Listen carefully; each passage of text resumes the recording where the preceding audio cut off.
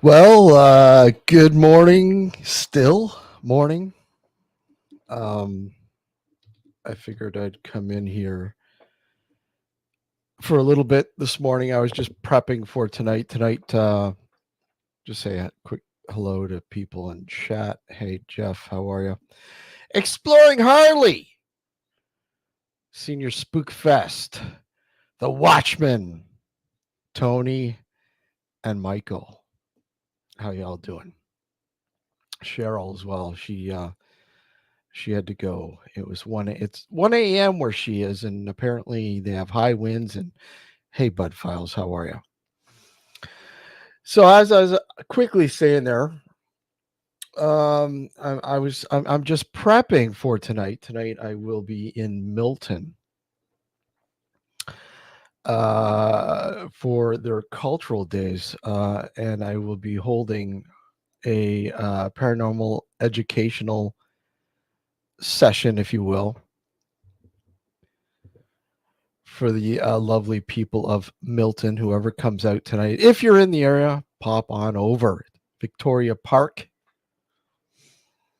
and it runs from 6:30 to 7:30. Hey, Matt, how are you? Good to see you. Yeah, from 6:30 to 7:30. And sorry about the background noise. I've got my windows open. It is absolutely beautiful out today. Beautiful, almost fall day, late summer. Beautiful out. I think it's going to be like 20, 22 degrees, 24, 25 with humidity, something like that. So, yeah. Uh, I did post something. I mean, I uploaded something a little different for you guys there a couple days ago.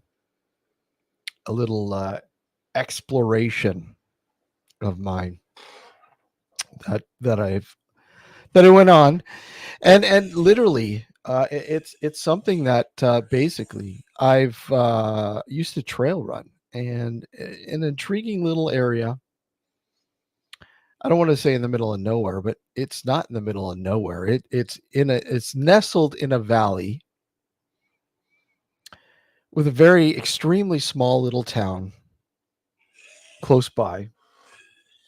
And I must say, the one thing that intrigued me the most about this little place was the title of the trail, River and Ruins.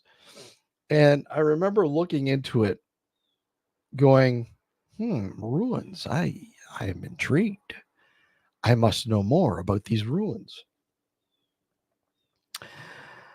Um, so basically, sorry. Basically, upon doing research, I found out that the ruins are an old farmhouse built in the 1860s, in and around the 1860s, by a man named James Cleaver.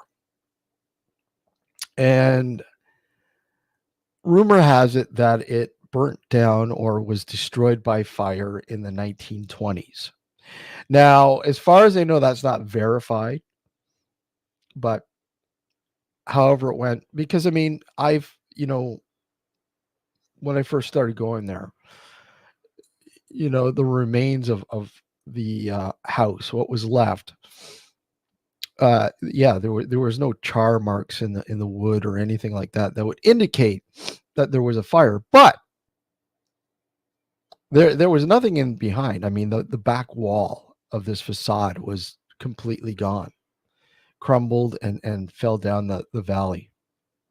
And there's just a little small little valley in behind it. And when I first started going to this place, it was like three walls were still standing. Beautiful, beautiful facade of a house that was just absolutely well built. I mean, huge limestone blocks, and the wood beams were so thick, so thick and sturdy. I wish I could find. I don't think there's um, an actual picture of the house when it, was still in existence. I don't think there's a picture anywhere. I haven't been able to find one.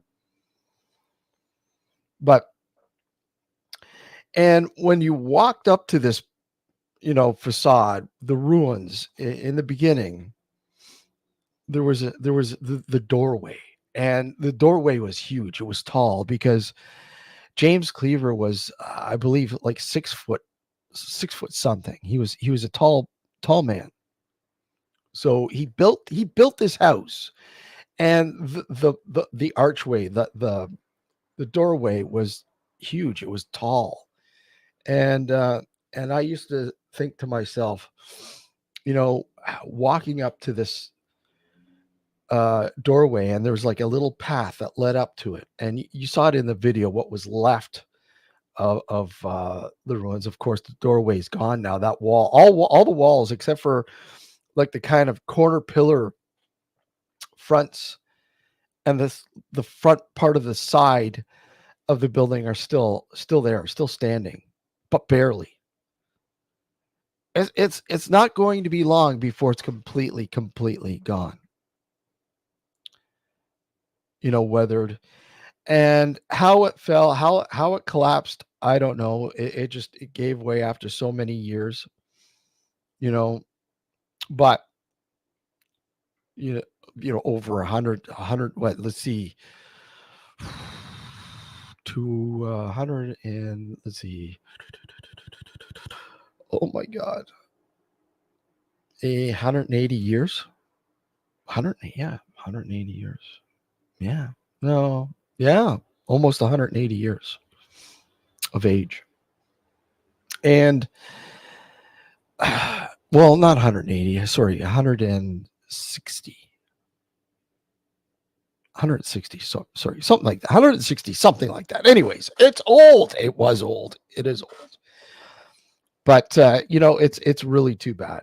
I mean, I do have some pictures. Let me see if I can pull them up here of this old. I don't think I have any, but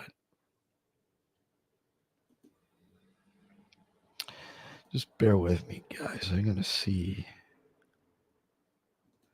if I have anything left. I may have something. I know sparsely here and there. I have pictures of it. And let me just see.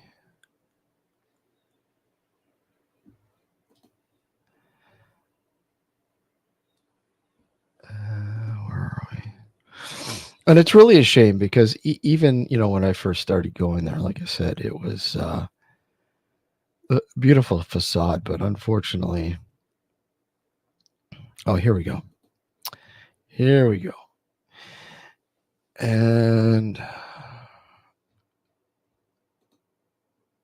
like here is let me just okay, so let me just share this with you guys.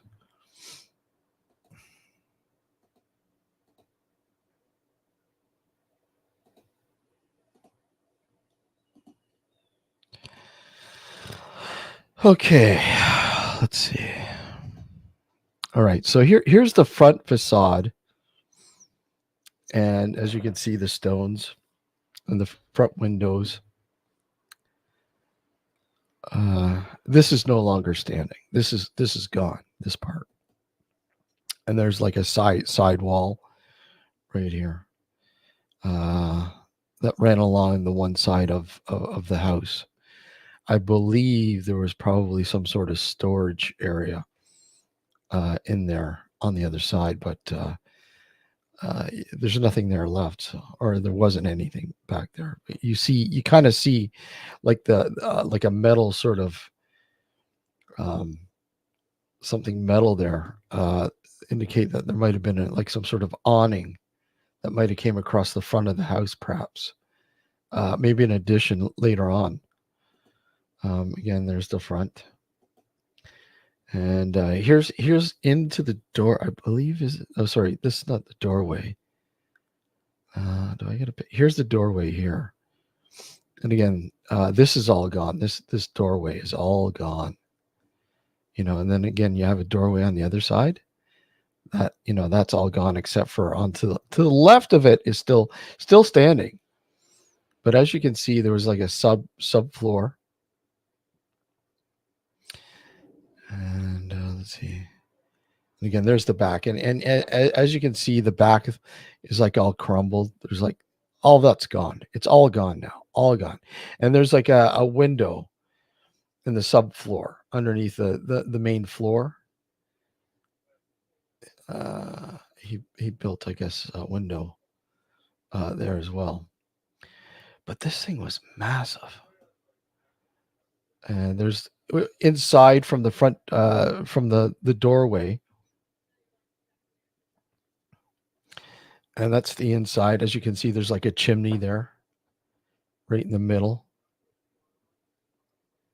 What was left of it, of course, it probably protruded out at the bottom there, in between the windows. Okay.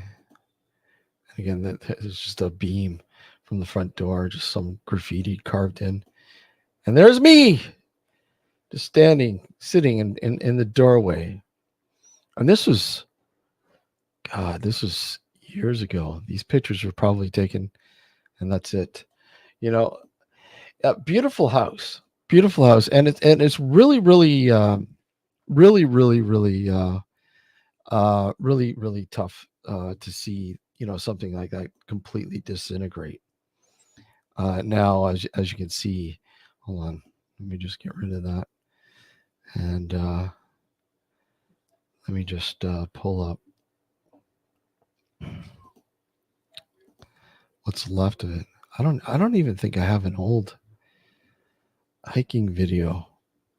I know I have some old videos. Let's see. Okay. Let me just get into the.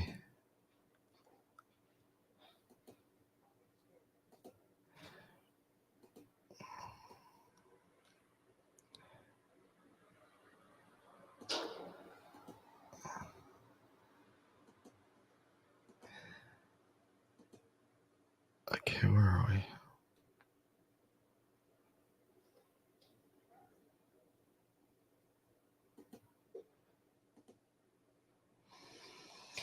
Okay, so I'll play the part in the video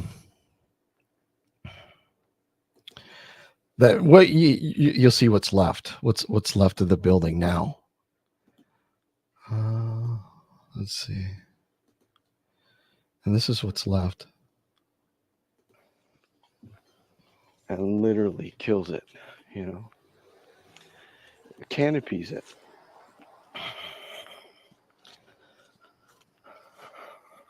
And this is the path I was telling you about that leads. This is new. Oh, okay. Sorry. This is the wrong part. Sorry, I passed it.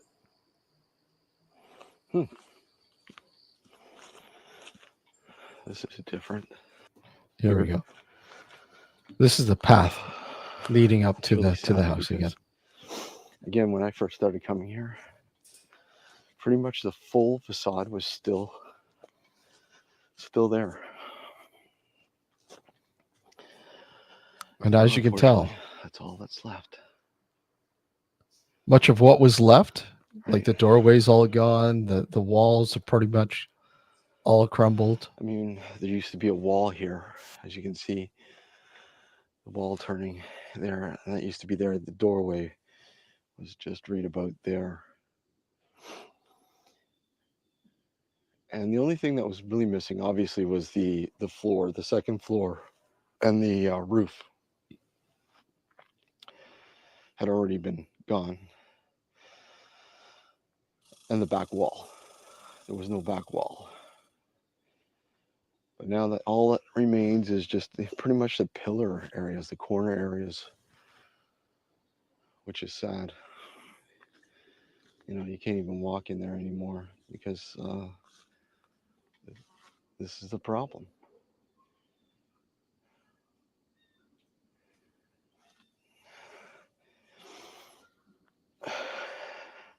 And when I first started coming here, uh, like I said, it was pretty much, the shell was pretty much intact, except for the back wall and the second floor and the roof. And the scary thing is, I mean, there was literally nobody that would come down here at all. Nobody. So yeah. Anyways, it's really a shame. It's really too bad that it's time has taken its toll on it, and not to mention there's been some vandalism going on. Kids had partied down in there for years. Hey Sab, how are you? Party down there. They would take blocks, stones from the. No, I don't have a motorcycle, Matt. That's exploring Harley's domain. Jeff has a motorcycle. I don't have one. No. But they would take the stones and literally use them for fire pit purposes. So you'd come in, oh my god, you'd walk in there and you'd literally see a fire pit, like a new fresh fire pit, pretty much. Um, you know, every time you went there. And again, it's in an area where, I mean, there are houses close by, but not close to the. So I mean, you could have a fire there and not have a problem at all. Yeah, exactly. Thanks. But yeah. So, anyways, it's really a shame that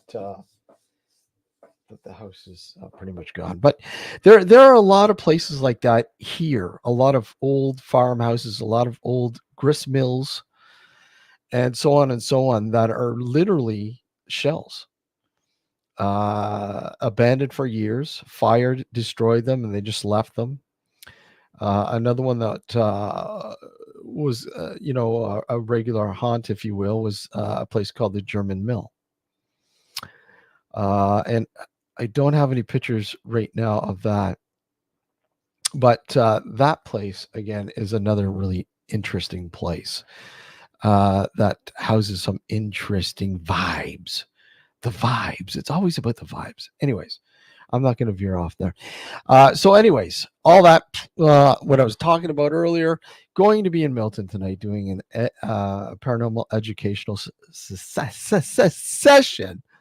Oh my God, it's still morning. I'm not completely awake yet. And yeah, the insane paranormal and investigator aspect of things. Yeah, just insanity. It drives you insane doing it too long. Well, not as long as some other people we know. If it's driving me insane, I wonder what they're like. No, but anyways, that's what I always say. If there's anybody crazy in the paranormal, it's the people like myself that investigate. I'm the crazy one. Yeah. What are you looking for? You don't know what you're looking for. What are you looking for? You're looking for something that's not there. Is that what it is? Yeah, it's called the paranormal. It's called the unknown. Yeah. So, anyways, why did I come on today? I don't know. I just felt like coming on. Hold on, let me just get rid of this. But as I pointed out, and like I said, yeah, the ramblings of an insane paranormal investigator. I will be in Milton to carry out a paranormal educational session, sort of with kids and teenagers and stuff like that. And I do enjoy. I do enjoy bringing the paranormal to the kids and that, because it's very, very intriguing, very intriguing to hear their thoughts on what they think the paranormal is all about, and what they kind of envision, their perception. Um,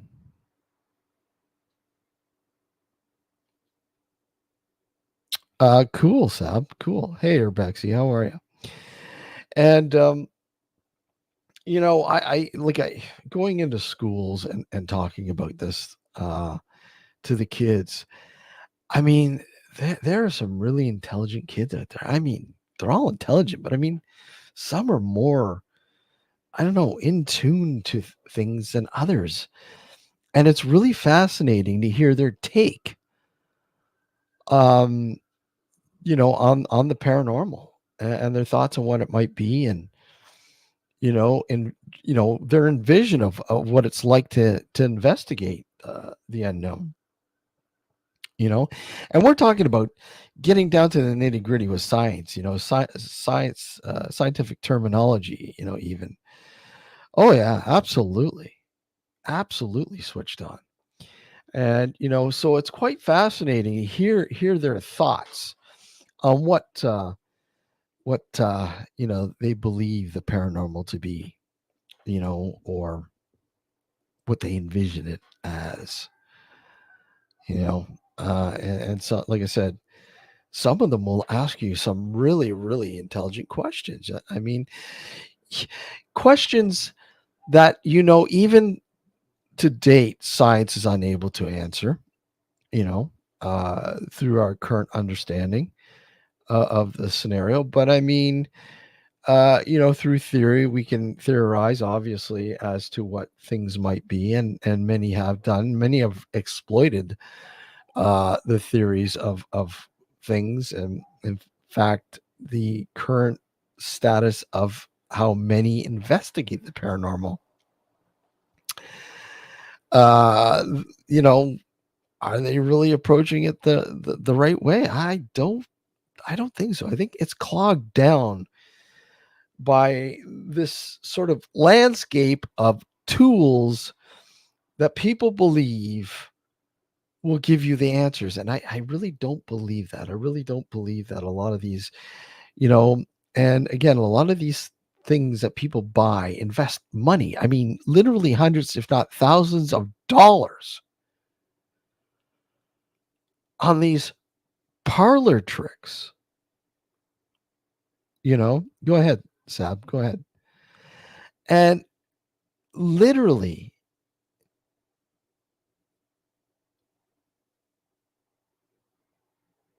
look at this stuff like it's like the proof. Look, I'm showing you the proof of the paranormal.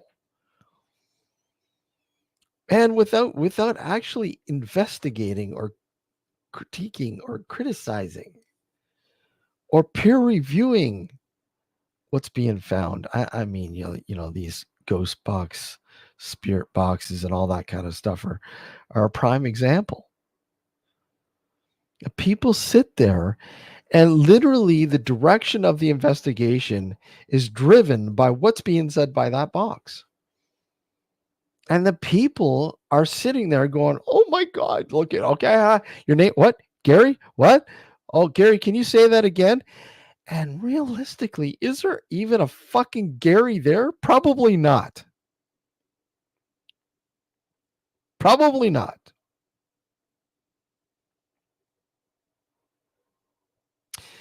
But I mean, a lot of times, these investigations are driven solely on what these paranormal parlor tricks are producing. Are they producing actual evidence? I highly doubt it. I very, very highly doubt it. Very skeptical about this stuff. Always have been skeptical on that sort of. A lot of these tools, I'm very skeptical about. I mean, if they're used in their proper manner, like say an EMF detector, a field detector, a tri-field, whatever, Geiger counter. If it's used in its proper manner, I do believe it will give you a clearing and a better understanding of, possibly something going on, because you're taking base readings.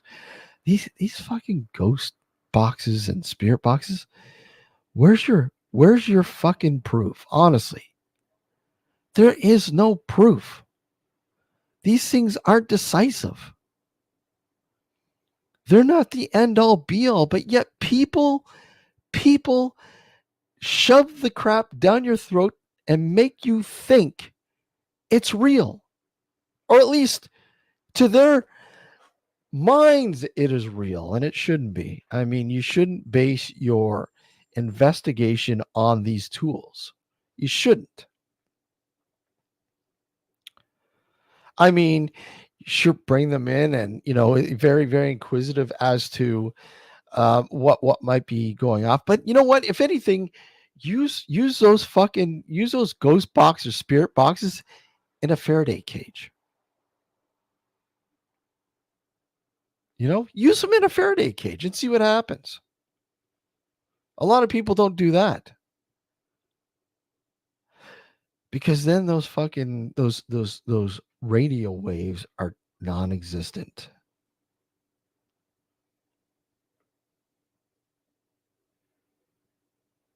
Non-existent.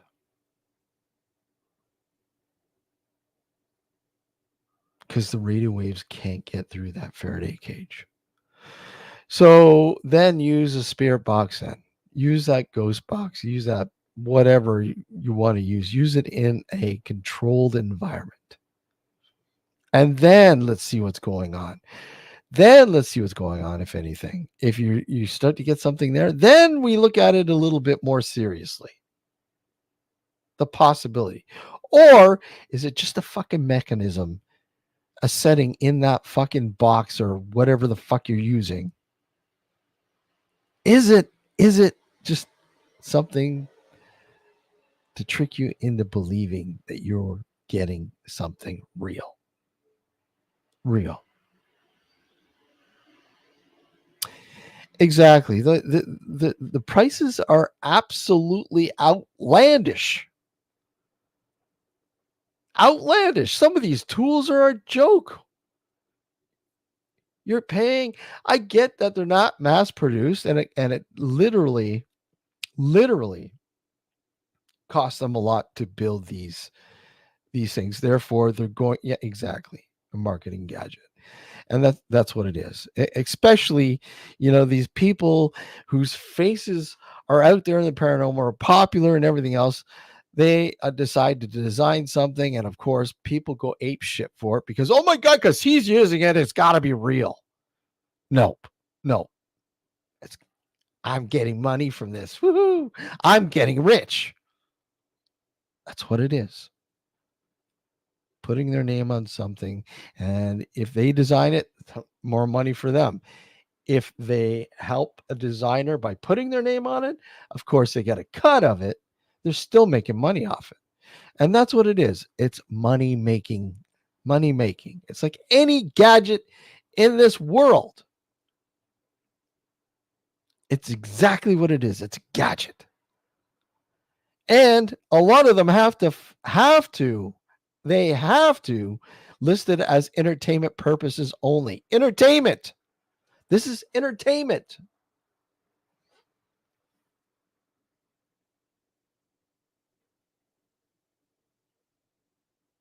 Yeah, the flashy light is going off. Must be a ghost. Again, see?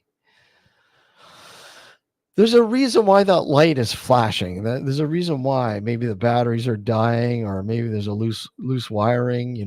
There's all sorts of things. I mean, the light bulb must be going. What if it's got a light bulb? I mean, now they're LED, so I mean, why would it have a light bulb? But seriously, you literally have to scrutinize everything. You have to everything. Your tools, your findings, everything. I mean, yeah, you're basically your being is a good tool, but still it's fallible, right? And one of the most important things to do, steps to do when you have something intriguing is try to recreate it. Because 9 out of 10 times, 9.5 out of 10 times, you could probably recreate this, right? And if you can recreate it, then obviously it's not paranormal. Yeah, orbs. That's another thing. Orbs. Orbs. Ugh. And again, it's a very tough thing to educate people on a lot of things. I mean, people approach me literally and show me a picture, and you need to be rational with that person and say, look, it what you have there is you have lens flare, or you have an orb, a particle. It's all sorts of explanations. And again, it's mostly environmentally based. Depending on the situation in which you're taking that picture on, in, sorry, not on, in, chances are you're going to be able to, recreate it. Take another picture. If you, uh, I always suggest, if you can, review your pictures. Hey, Laura, how are you? Review your pictures as you go, because if you got something, if something looks intriguing, look at it, and again, try to get that picture. Try to capture it again, because if you can, you're recreating it. It's nothing. It's something to do with the environment, light, dust, whatever.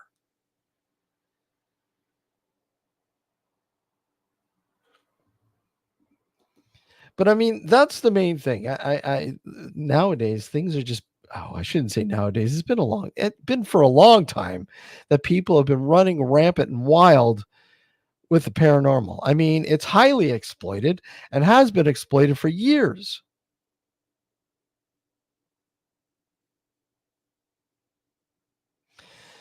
And when you try to reason with a lot of these people that, you know, look at, you're being rational with what they're providing, like a picture that, they're saying is paranormal, and you sit there and go, well, no, that's not paranormal. I've had that phenomena happen several times.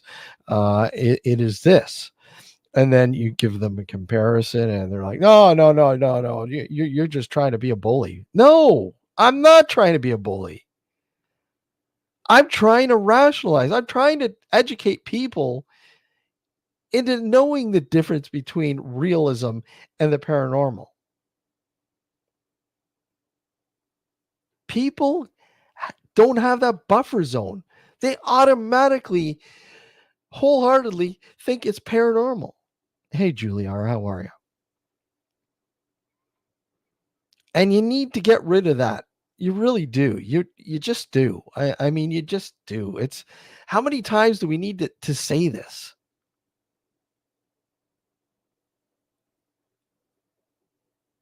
The amount of fucking stupidity out there in the paranormal is a joke. And you sit there and go, well, hey, look at, why do I even bother?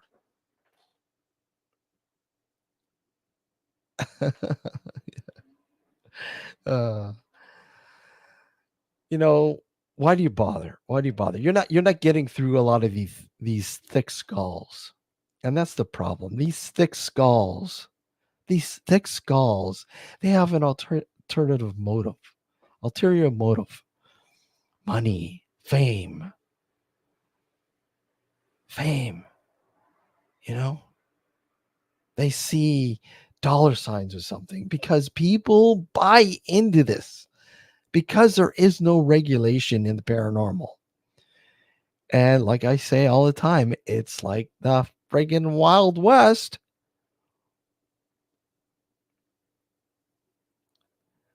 It's the Wild West.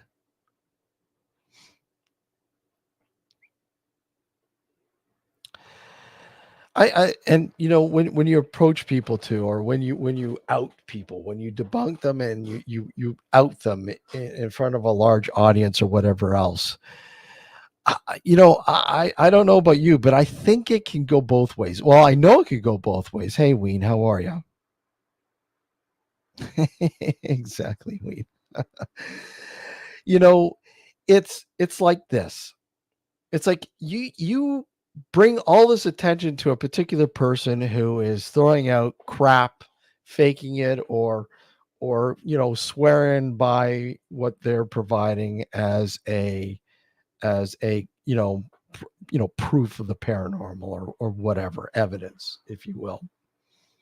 and you'll know it's not. But the thing is, you want to out that person for fakery, and you are driving people and giving them attention too. You're giving them attention. It's like an election, in the US. You got, so and so and so and so, and people don't like so and so, but yet they say all this bad stuff about that so and so. And that so and so's, I don't care. It's coverage. It's attention, and that's all that matters. It doesn't matter if it's unnecessary or not. You're giving me attention. I don't care. You can say I'm faking all you want. It doesn't matter. That's a lot of how a lot of these people conduct themselves.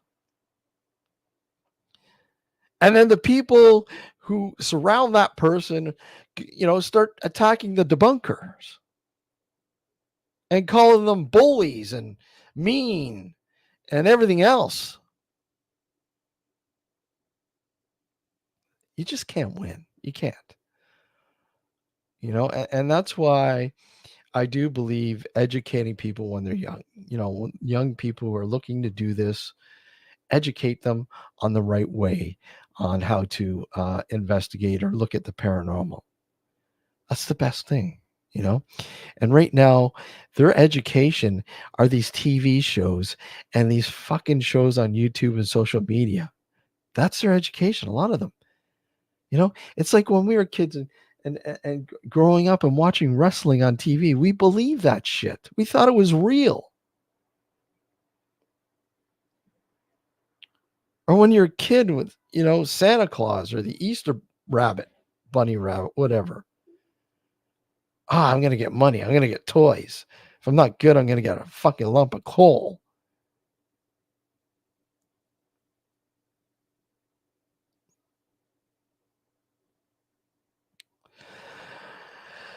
Yeah, I mean, it depends on the background of the debunker, Wayne. The debunkers, I believe, if they are in a trained or educated position, say may it be some sort of scientific sort of outlet or whatever, their background is very important. Because then the debunker or then the debunkees can't turn it around on them, because look at the debunker scientific, is educated. I mean, if it's audio, an audio engineer, right? An audio engineer, a videographer, a professional videographer. They know everything about their forms, all the anomalies and everything else. They know. These are the guys that you put this towards and say, look at, what do you think? And this is when I have a finding, this is what I do. I have people critique it. I have people criticize it. I have people thinking twice about it. I want that.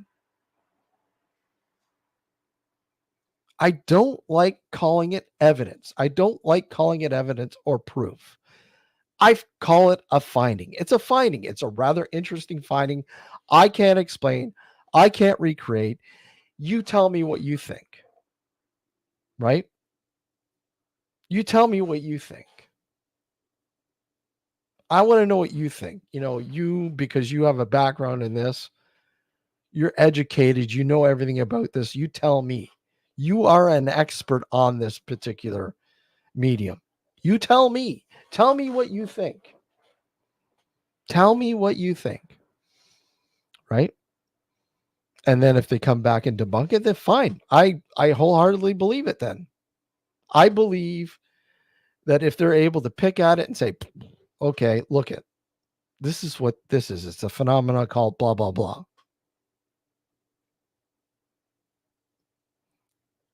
So.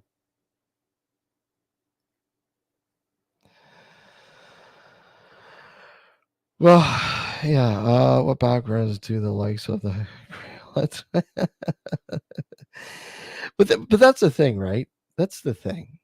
And again, a lot of people who investigate the paranormal, and a lot of these people on YouTube, these YouTube personalities and TV personalities and so on and so on. Approach them and say, what's your investigative background? What experience do you have in investigating? What credentials do you have with investigation protocols?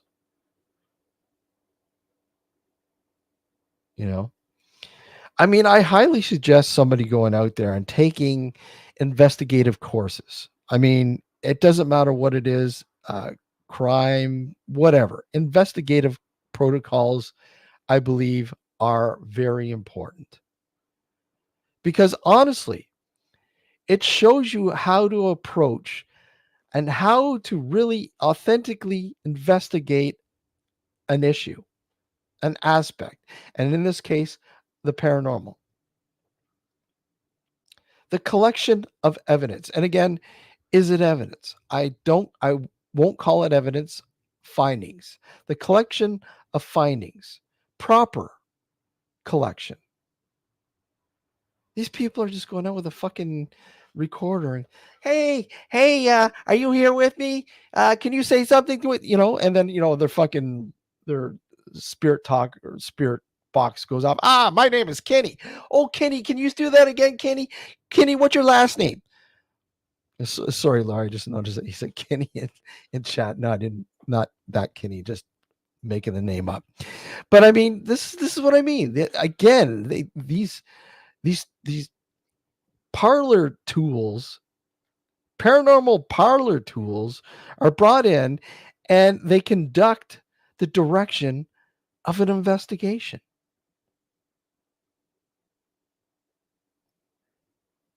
And that's honestly not the way to conduct an investigation of the paranormal, period. Sure, you can employ this, right? Sure, you can employ it, but it's not the end all be all. You need to know how to properly investigate things. There's protocols that you need to know to cover your ass and making sure you're doing this properly. And people watch these shows. Again, it's their educational tool, these TV shows and YouTube shows, social media shows. I think it's time that we really need to educate people properly. And again, you're never going to get that. There are people out there that do it, and kudos to them, but you never hear about it. They're like sitting on the background. You're sitting in the background, quiet, because nobody wants to talk about that. You can't make money. It's like, oh, well, we're going to show you the actual investigation. You can't make money off that.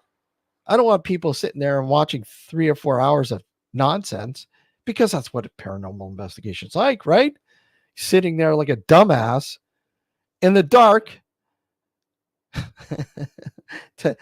I'm a dumbass. I've done it a million times, but seriously, nobody wants to see in between the edits. They don't want to see the 2.5, 3 hours of complete nonsense. It's too boring, right? Yes, exactly, Matt. Talking to yourself. Who the hell's that guy talking to? It looks funny. I admit it. Like, we filmed me, doing an EVP session or whatever else, and I'm like talking to nothing, and all of a sudden I get, oh, what's that? I don't know what's worse, talking to dead air, or or no pun intended, dead air, EVP session, whatever, or talking to us, talking with a spirit box or one of those spirit teddies, those teddies that sit in the corner and talk to you.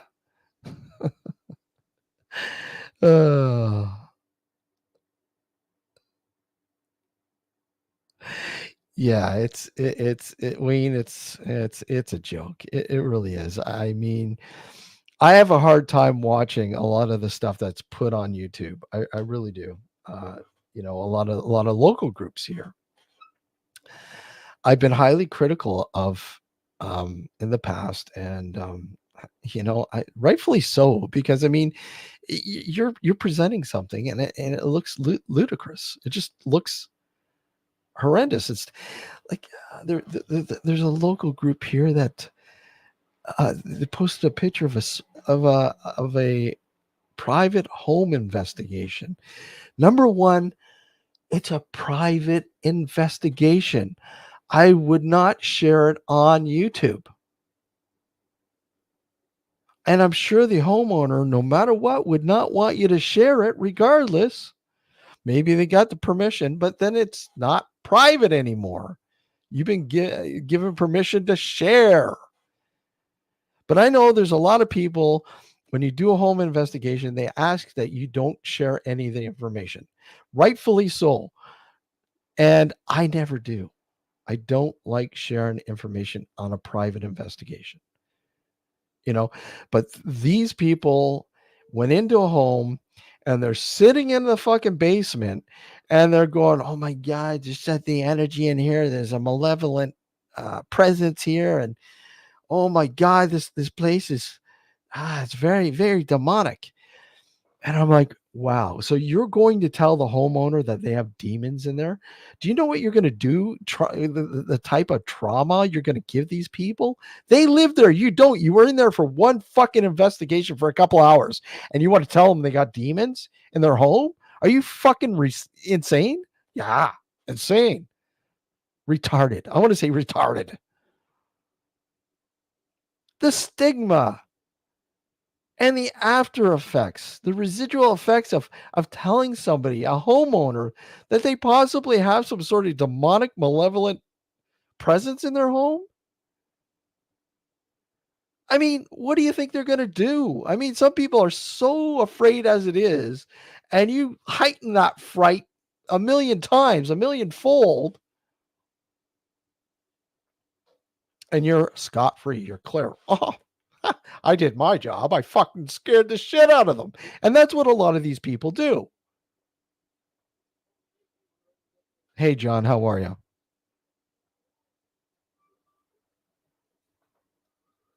John P, good to see you. You know, I think that's the scary part. That's the scary part about the paranormal is the fact that a lot of groups out there do this and scare the shit out of the homeowner or the business owner, or most cases homeowners. Like, why? Be responsible. You know? I mean, be responsible. Ask them questions. Ask them, look at, are you are you ready to accept what I've or what we have or what we have not found in this house? Are you prepared? Are you prepared? And then you tell them, it's not fucking demons. God, get that out of your head. It's not demons. It's not malevolent. 9 out of 10 times, you'll be able to tell them exactly what is going on if you're responsible enough and if you know what you're looking for, especially when 99.9% of this is environmental. It's just a matter of figuring out what part of the environment is causing this.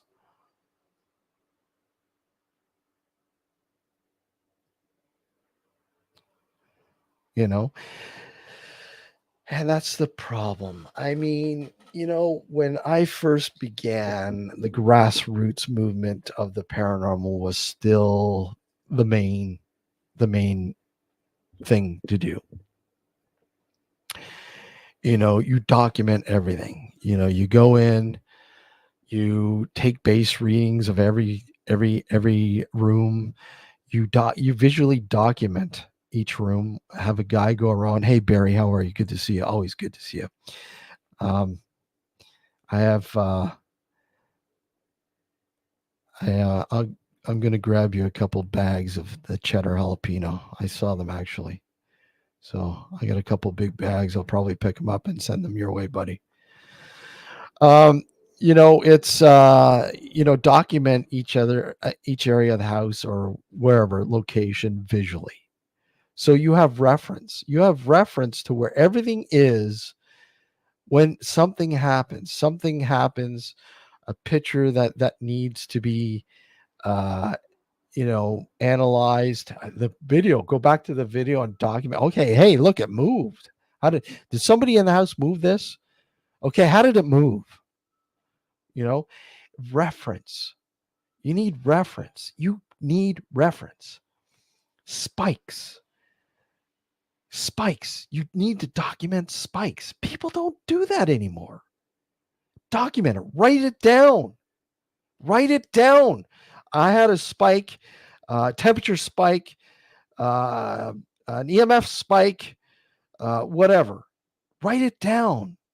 And when you have audio going, if you make a sound, mark it on the audio. Make it on the audio. Mark it on the audio. So when you go back to revisit this audio, you know that was you or somebody else. It is Lucio Fulci, one of his masterpieces. Matt, good old Italian zombie flick. And these almost are like a lost art. People don't do this anymore. They're more worried about getting something. And that's not what investigating the paranormal is about.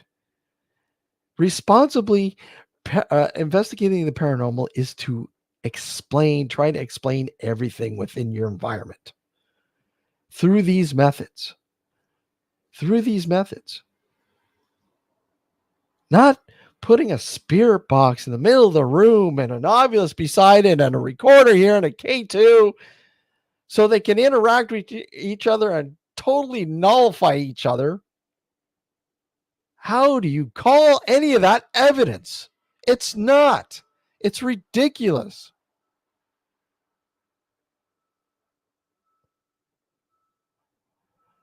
Be responsible. I mean, if you're serious about this, be responsible. Be responsible and respectful to the people you work with in your group. Because you're responsible for their safety and everything else, their well-being, and when you're going into a house, you're responsible for the homeowners as well. They're asking you for help. Give them help. Don't make it worse. I mean, most of you do. Without even realizing, you leave that house and these people are traumatized sometimes because you told them something fucking stupid.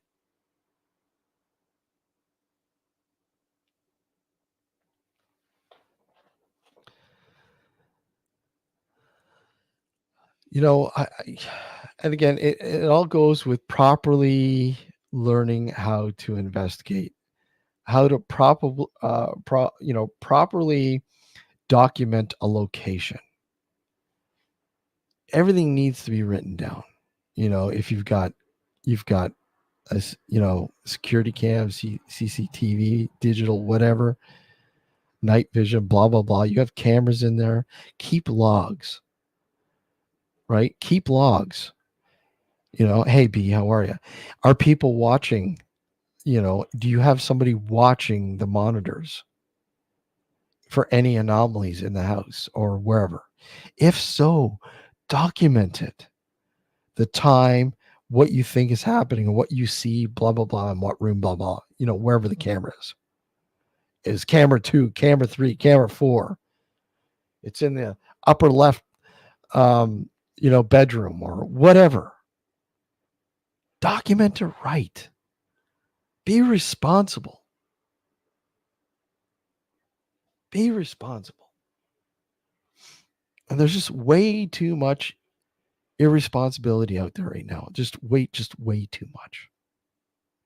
Way too much.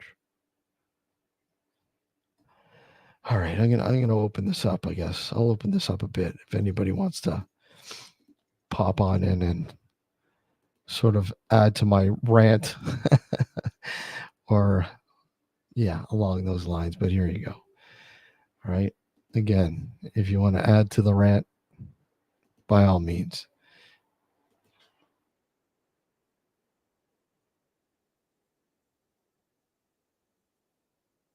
So, okay, let me just pin this. I hate YouTube. But yeah, but that's what I mean. Absolutely, Tim. It's like that with a lot of, again, because all this stuff is unregulated. There's no regulation whatsoever in this stuff. I mean, people run rampant. They highly exploit it because they know they can. They know they can get away with it because there's nobody to stop them. Right? There's nobody to stop them.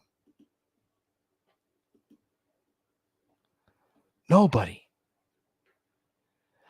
I mean, do you want regulation of the paranormal? I mean, I don't really like regulation, but I mean, at the same, because I mean, Alex and I have argued back and forth about the regulation of the paranormal on the show many times over the years. And at first I'm like, I don't know if I want regulation. He wanted regulation. He felt that that's the only thing, that a lot of this stuff's going to be peer reviewed and blah blah. And I do agree. I think a lot of this stuff needs to be peer reviewed, evidence, so called findings, whatever. You need to have a group of people that can sit there and watch this. People that are well educated in the medium. Audio engineers, professional videographers, whatever. I think people need to be held accountable, and it's the same with these debunkers. It's the same thing. If you want to go and debunk, but at least have a backing as to why you're debunking. I mean, anybody can sit there and debunk and look at anybody could do it. Anybody.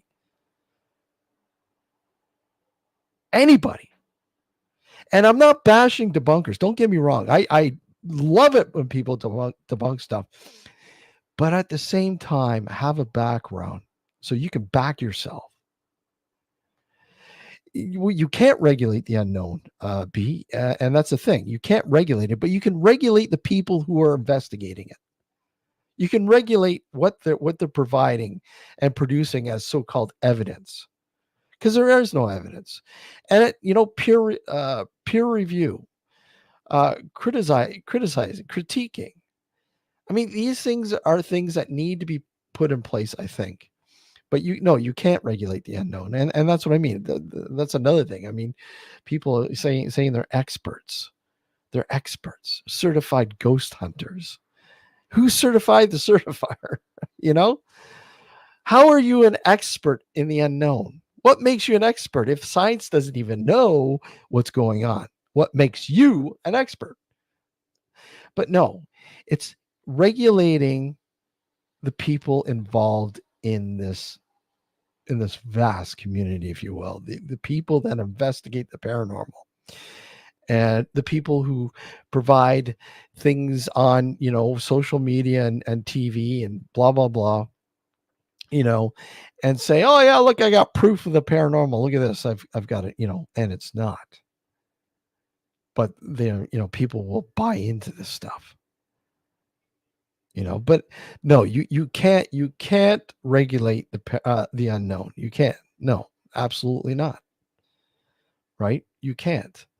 I mean, you could, but the thing is, a lot of what's being produced out there by paranormal groups and social media shows and TV shows are explainable. Are explainable. A lot of them are. But again, the motive isn't to explain it, it's to make viewership. It's subscribers. It's donations. It's money. That's all. It's greed. exploitation. And this is what we do as humans. When something isn't regulated, or even when it is regulated, we like to exploit. And the paranormal is just one huge example of how we love to exploit something. You know? So, yeah. Regulating the unknown, no. No, I mean, just we regulate the known because there is a lot of stuff within what we perceive as the unknown. It is known. People just don't know the terminology, or they don't have a background, or don't do the research. You become seasoned, become experienced. Uh, you know, and yeah, we all, you always have to, no matter what, look at this as a learning experience, constant learning experience. You're constantly a student, constantly. You're constantly learning, because just like science, it's constantly learning about things that, little pieces that were unknown to us for years. Science is kind of grasping and saying, hey, look, I've got it. Right now, it's just theories, a lot of theories, but some of those theories become a reality. And when they become a reality, there you go. Another piece is taken away from the great unknown. But that doesn't mean the great unknown is ever expanding in pure time. Ever expanding. That's the thing. What is the scope, the size of the unknown? We don't know. That's the thing. That's why it's the unknown. It's the unknown for a reason. It's outside the current understanding of science, right? And science, yes, is fallible. Science is man-made and very fallible.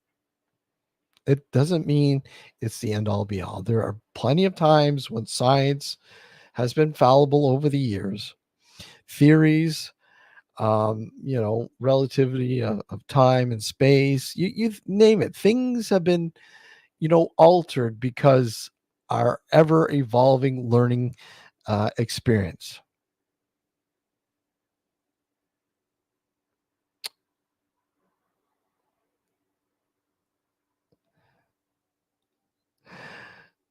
Just reading. 6 years. One video is. Interesting one. Yeah, I mean, there's been a couple. And again, I have a hard time, you know, saying somebody who presented something to me and they want to know what I think.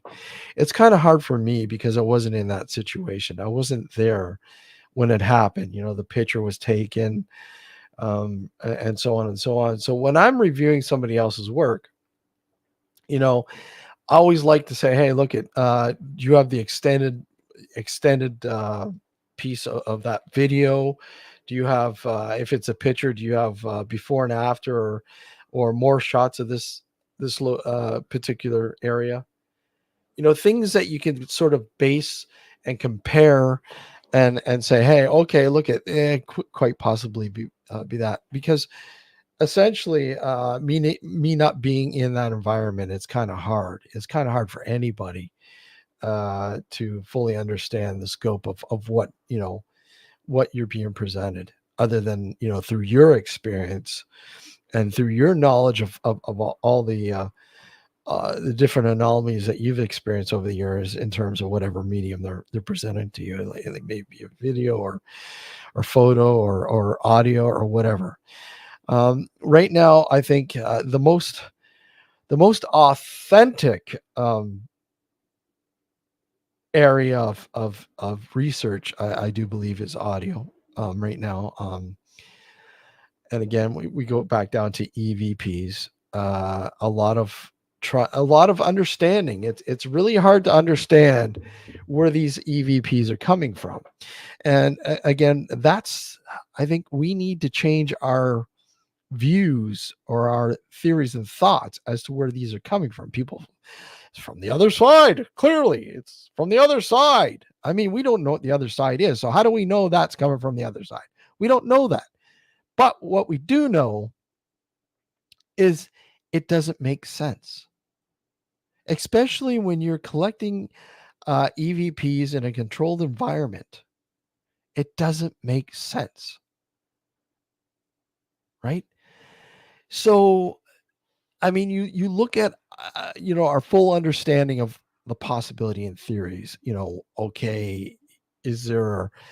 I mean, EVPs are energy, right? I mean, and they're literally not. Many of them aren't heard real time. Therefore, they could be within the infrasound realm, frequency realm. And if so, are we tapping into an archive, an Akashic record, if you will? Are we tapping into that? And it's giving us little bites and pieces and tidbits. Quite possible. It's quite possible that infrasound is the communicational sort of streamline that we rely on to sort of tap into that record, if you will, archive, that residual sort of energy that we all produce on a daily basis here, real time. Me talking right now, I'm creating energy. It's infinite. It doesn't disappear. It doesn't dissipate. It carries on. And who knows, loops in the great vast universe or the archives, right? It's quite possible. And it's quite possible that these recorders and devices that we use are able to patch into that infrasound, and they do. I mean, they can record infrasound. There's several different frequencies that recorders can record, and I do believe the most important being infrasound, right? Infrasound. I think is we need to do more research on the possibility of the links of EVP to infrasound and some sort of record or archive. It's like, you go into an old location and there's nobody living there anymore, and you place a recorder down and nobody else is there. Nothing's there. Just you and some other person maybe sitting there with you, and you ask questions, or you just talk amongst each other or whatever, and you let the recording does what it's supposed to do. And then you can some people like to review on location. Some people wait till they get home and then review it in a better environment. Sometimes it's hard to review these on location because of the ambient noises and so on and so on. But however it may be, think about it. Think about the location that you're collecting these EVPs. And if that's so, this archaic, look at, talk about Mr. Sound Engineer himself, Matt Williams of the Secret Vaults. How are you, sir? I'm okay. I was thinking about it. Yeah. I was thinking about it. Then I decided to go to the toilet and do it. and it released a lot of energy. Yeah. Which could never be destroyed. It can only be moved away into the universe. It repetitively plays out in your mind. Oh my God, how many times did you plop, plop, plop, plop, plop, plop. Oh my God, that's a lot of plops. Yeah. So how are you? Not too bad, not too bad. I didn't realize you'd started, but I don't have notifications turned on my phone, because otherwise you'd be like, this video started, this video started, this, and it's just be like, so I just, because you can't select which notifications you have, you just have to go on, which is like everything. And unfortunately, I cannot handle that amount of ping, ping, ping, ping, ping, ping, ping, ping on my phone. It's funny because I was talking about the possibility of EVPs and the link to infrasound and the quite possibly linking to an Akashic record sort of archive, if you will. And Daniel goes, Matt came from the archives from the vast. Yeah, he's talking to us from a different plane of existence, from the secret vault. Yeah. So what's new and exciting, man? What have you been up to? Oh, we lost you.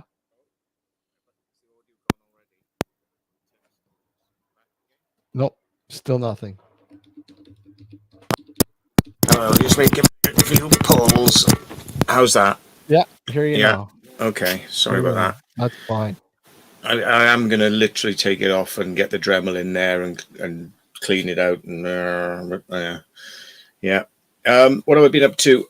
Lots of writing letters of complaint to the police, getting on their case about various things that I'm not very happy with at the moment. But I'm going to do a live stream soon, revealing what's been going on for the last 2 years that people have no idea.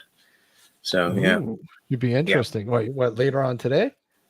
Might do it this evening. I'll see how I feel. Friday night would be a good night to do it. Ooh, it'd be interesting. Hopefully it'll be after I do my little event tonight. But what time is that? Well, I got to be in a local area. I think it's from 6:30 to 7:30. I'm doing a paranormal educational session. Okay, well, I may go sort of like 9:10, something like that. Do you think you'll be back in time? What's that? God, yeah, I'll be back in time. That's what. Wait a sec. No, that's no, I probably wouldn't be gone yet. I'll be here still, but it'll be interesting. That'll be interesting. I'm looking forward to that. That'll be pretty cool. Pretty cool. No, I've just been before doing this. I was just prepping to get ready for tonight and doing a on location sort of thing. They've asked me to come in and sort of talk with teenagers and kids and stuff like that on the paranormal. It's always fun. Oh, we lost you again. Nope. This fucking need to work. What? We had you, but no. I don't know. Yeah. There we go. There we go. There we go. Gotcha now. Yeah. Gotcha. Probably need to replace the whole cable, really, but there we are. Yeah, no, I look forward to that. That's going to be pretty cool. Pretty cool to watch and so on and so on. Yeah, well, I think people are going to really have their eyes opened as to literally what's been going on the last 2 years with the police and how I've just been fucking absolutely run through the mill. You know what's been going on, but a lot of people don't. Yeah. And it has not been fun. And I've run out of pretty much all options because the police can't help me. Yeah. Yeah, good old police. Good old police, right? Good old police. Oh, yeah. Always stirring the pot. Crap. Always pain in the ass, no matter what. Oh, my God, this thing's driving me nuts. Hold on. Yeah, the police have had it in for me. Yeah, if people want to look on the Facebook, Steve Will sent me a load of documents which are declassified from the government, talking about me looking into Rudlow Manor and how they were not happy with me at all, and why was I keeping on looking into their business? Yeah. Wow. Really? Yeah. And is that the place where you found the pictures and stuff? This is the place that used to investigate UFOs, and Oh, yeah. Okay. they denied it for many years. I went there looking for the stuff to do with UFOs, but came away finding out that the whole place had a massive underground complex and was very much a central hub for military in the UK. So, Wow. you know, Okay. yeah. It's amazing that and people will like totally deny that these places exist, but they do. People who used to work there have said, when I've spoken, you meet lots of people in the area and you get some going, oh, yeah, yeah, I heard about that. Yeah. Oh, yeah. And then other people go, no, that's not true. They never dealt with UFOs there at all. And I go, well, you seem pretty sure of that, considering we've got it in black and white from the Ministry of Defense saying they did. Yeah. So, people seem to be like they want to defend the honor of this establishment and it will not be tarnished with the word UFO. And it's like, well, that's what they did. That was their job, Yeah. So it's like if you weren't in the loop, it just means that you weren't privy to that knowledge. And why would anybody be? If if you're in the military and you don't need to know, you don't get to know. So, maybe you weren't in a high enough position to know, but people get very uppity about it when you speak to them, some of them. The Wikipedia page is an example of this because they don't want it talked about on there. They scoff it off, like in a skeptic way. Yeah. So I mean, how many places are like this, do you think? Like I mean they're in the UK. Well, any RAF station or Navy station that would deal with radar, they're going to be seeing what's in the sky. They're going to be, tracking things.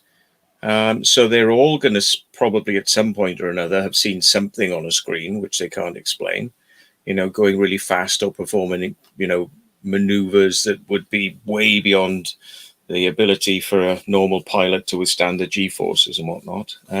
So I reckon probably a lot of places in the UK have. And people tend to ring their local RAF base or the police, and they give their reports of what they've seen. So lots of places will have had a, minor reporting role, but then they would forward them all to where used to be Rudloe Manor. And then they would collate these reports. Sometimes they would send out officers to interview witnesses. Yeah. And then all that would go to London to other branches of defense intelligence. But, to deny that they were doing it for so long, and then we got the proof they were doing it, and then they shut up shop and moved somewhere else because they didn't want the attention. And then this their news shop is discovered the same thing over and over again. Yeah, it's moved to a place called RAF Henlow. It basically forms part of the responsibilities of the RAF police. But they work with defense intelligence, DI-55, who were denied they existed for many years. And then when it was finally shown they did exist, then Nick Pope came out and said, yeah, I worked with them. Whereas he said, no, it's just me investigating it, and it was like, no, it wasn't. There was a load of other departments, but he wasn't allowed to say. Once we got the documents proving they were doing it, then he was free to then talk about it. But, all this took a long time to come out. And in the meantime, I had Rudloe Manor investigating me and, writing reports about me and why was I looking into them? And it's like, well, why wouldn't I? I mean, it's kind of like, it's like saying those guys over there investigate UFOs. I'm just going to look the other way. Yeah. Why would I want to know what you're up to? What possible reason could I have to want to know? Yeah. Yeah, exactly. It's yeah. Yeah, no, I noticed. So, you said Nick Pope. I was thinking about the other guy, Nick Redfern. Yeah. I mean, I noticed. What are those recent photos? Yes, they're quite recent. Yeah. Yeah. And if anybody wants to read about how the Ministry of Defense investigated people like me and tried to screw us around, it's all in this book, and I'm featured quite a few times in there. Yeah, in relation to how we finally got the truth out about who was investigating UFOs in the UK. I would love to have him on the show with you, Matt. Nick. Yeah. That'd be pretty interesting. Yeah, That would be pretty interesting. he's a really interesting guy, but he's very busy. Yeah, so we'll have to have a chat about it. But yeah.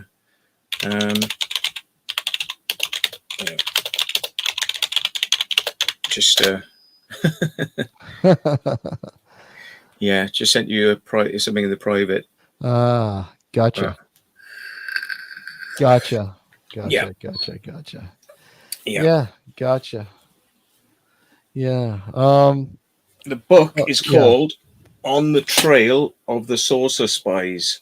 On the Trail of the Saucer Spies: UFOs and Government Surveillance by Nick Redfern. Yeah, that's the one that covers that sort of stuff.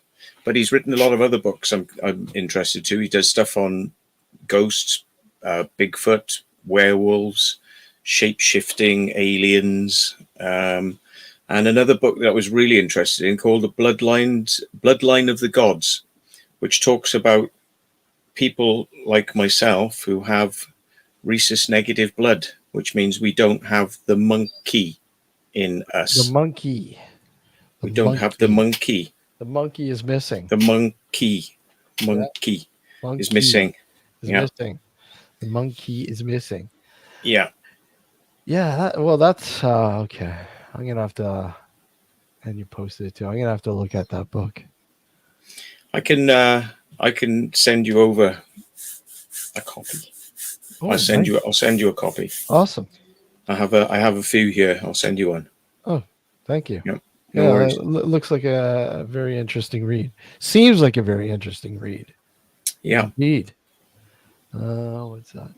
Talks about alien human manipulation in the past, where different types of humans have been created, and scientists are finding it very hard to understand how the negative blood groups came to be. Yeah. And how they all seem to sort of clump in one part of the world as well. There's a higher preponderance in Spain for some reason.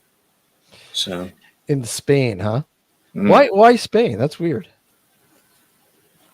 Don't know, but yeah. But yeah, definitely worth a look. He's always writing very interesting books and appears on TV shows and things like that. So, but he's a very busy man, very busy. Well, it's good to be busy, right? I mean, you always want to keep busy, especially if you have a lot to talk about or write about. I mean, it's fascinating when people come out of I don't want to say come out of the woodwork, but people come out and say, they write about something that people are like completely, what? I've never heard of that before. Where do you get this stuff from? And then you provide them the actual documentation of this stuff. I mean, it's amazing. Yeah. I mean, Nick's got like 60 books. Yep. Yeah. He's very prolific. Yeah. No, I'm aware of him. I haven't had a chance to pick up any of his books. I should pick something up. And but I'm aware of him as a writer and what he's written on and stuff. So yeah, he's done a lot though too, hasn't he? Like, I mean, interviews and so on over the years. Yeah. I mean, he interviewed one of the witnesses that was interviewed by somebody from Rudlow Manor. The officers came down to interview this woman called Anne Henson. Yeah. And they took her sighting report, and that made it into the government files. So we eventually got it. And Nick went down to speak to her because her name was there in the files. And these days, they've kind of decided they redact names sometimes. If they're going to release the files early, they redact the names. But this one the name was intact and her general address was known.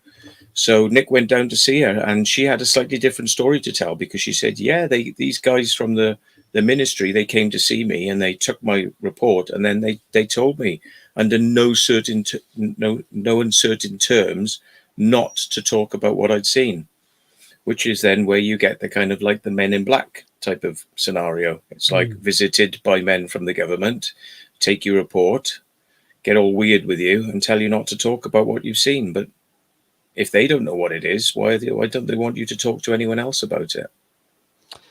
Yeah, it's strange. Why exactly? I mean, what's the strangest thing that you've learned about that just you just continuously scratch your head about? Like it's like this, it shouldn't exist, but it does, sort of Mm. thing. Yeah, well, I mean, I've had enough sightings over the years to know that they're definitely out there. And what with the, I don't know what the dog's doing downstairs. I'll have to check on her in a minute. She's up to something. Mm. Go beds. She can hear me talking. She thinks I'm talking to her, so she's Oh, responding. gotcha. Yeah, but yeah, I mean, like there comes a point where I know for some people, if you haven't experienced something, it's nice stories, nice conjecture. But if you have experienced a lot of things, which I have over the years, not just UFOs, ghosts, um, clairvoyance, mediums, and not the fake type, the real type, the ones that really are good at what they do, and meeting people who do the remote viewing, which is very much something that people can get into if you want to get closer to this stuff and you want to train yourself in remote viewing. You know, um, most people can do it. Some people are better than others, but most people can. Yeah. Yeah, it's intriguing, man. It really is, especially if you're able to tap into that and you know tap into it a lot more than some of these other. Most the average person would look at this and go, yeah, okay, whatever, and just move along. But then Yeah. there are people that something's kind of drawing them in there. There's some sort of linkage or something that they're like, I have to look into this. I have to know more about this. And those are the people that, you know, not always are, authentic. There's a lot of crap that, comes out of the woodwork and says, oh, screams, oh my God, where did this guy come from?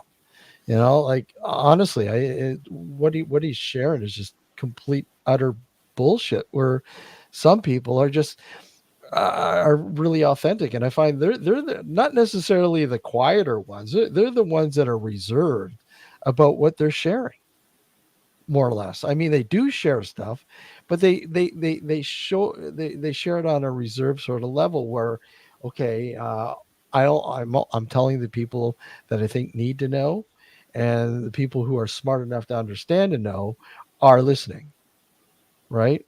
Yeah. And Yeah. it's like that in all facets when it comes to this stuff. So the paranormal, ufology, whatever. And I mean, one of the problems with the paranormal world is there, you've got the good guys and you've got the bad guys, and Mm-hmm. you've got the crazy guys. So, Mm-hmm. you've got skeptics, people who will say this stuff does not exist because I know it doesn't exist because I know because I'm into science, and science says this stuff can't exist. And it's like, well, you're not following science then, because science does say this stuff exists because it's been scientifically tested. Yeah. And they go, no, it hasn't. No, it hasn't. You go, well, what about this? What about this scientific study then? What about this scientific study? What about the remote viewing? What about, the UFOs? What about the afterlife? What about remote, all this stuff? Yeah. And they're like, no, it just does not exist. And it's like, wow, wow. So those are the bad actors. Yeah. And then you've got crazy people, or people who are just kind of making shit up. But if you can navigate a course through that to find the truth, you should be able to find the truth. Just got to remember that it's like a it's like a forest, and it can be for some people. It's kind of like trying to find a needle in a haystack. But if you persevere, you'll probably find that needle very easily. Mm-hmm. Just Yeah, depends how much you want it. absolutely.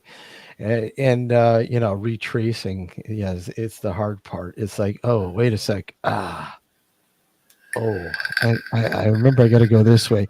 Mentally make notes to remember where you found this sort of, you know, info or whatever else that you're looking for, right? Evidence, if anything.